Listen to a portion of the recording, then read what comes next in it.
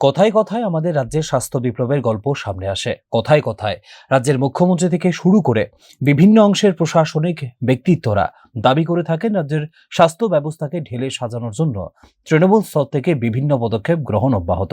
তবে বাস্তব বিভিন্ন ঘটনাগুলো দাবি করে সরকারি তথ্য ভুল, আর না হয় সরকারের অভিমুখকে কলঙ্কিত করা প্রয়াস করে চলেছে একাংশ। এরকমই এক ঘটনায় আবারও প্রশ্নের মুখে রাজ্যের স্বাস্থ্য দপ্তর। সংবাদের প্রকাশ, তেলিয়ামুড়ার এক ৮৮ বছরের বৃদ্ধা সন্ধ্যারানী চক্রবর্তী মহকুমা হাসপাতালে শারীরিক সমস্যা নিয়ে চিকিৎসা করতে গেলে চিকিৎসা পরিষেবা প্রদান করার বদলে দায়িত্ব পালনরত চিকিৎসক তথা মহকুমার স্বাস্থ্য আধিকারিক রাজা জমাতিয়া ওনাকে তুচ্ছ তাচ্ছিল্য করে অপমান করে তাড়িয়ে দেন। সহ্যে সীমা ছাড়িয়ে যাওয়ার সংশ্লিষ্ট বৃদ্ধা রীতিমতো রেগে ফুসতে ফুসতে গোটা সিস্টেমের বিরুদ্ধে প্রতিবাদের সুর তুললেন। সমান করবেন দুটার বাড়ি ও সৎকুনানে দুটার বাড়ি অন্য ৩-৪ জন রুট একখানে দুটা যাবে এটা সমান বেঁচে যেত।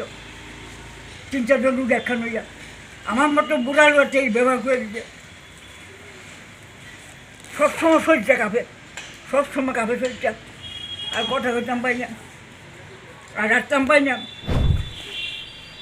মাথা বৃদ্ধা বোঝাতে চাইলেন, হাসপাতালের বা সরকারি হাসপাতালের পরিষেবা যদি এরকম হয়, একজন চিকিৎসক যদি রোগীকে সহানুভূতি, ধৈর্য বা মানবিক আচরণ দেখানোর বদলে অপমানিত করেন, তাহলে মানুষ যাবেটা কোথায়? যদিও এখানে উল্লেখ করা প্রয়োজন, সংশ্লিষ্ট চিকিৎসক রাজা জমাতিয়া সহ তেলিয়ামুড়ার বিভিন্ন চিকিৎসকদের বিরুদ্ধে বা সার্বিকভাবে চিকিৎসা পরিষেবা নিয়ে বিভিন্ন অংশ বারবার ক্ষুব্ধ। দেখার বিষয়, এই ব্যাপারে সরকারের মুখ্য সচেতক কল্যাণী সাহারায় সহ ঊর্ধ্বতন কর্তৃপক্ষ কোনো ব্যবস্থা গ্রহণ করেন কিনা। Bureau report, news now.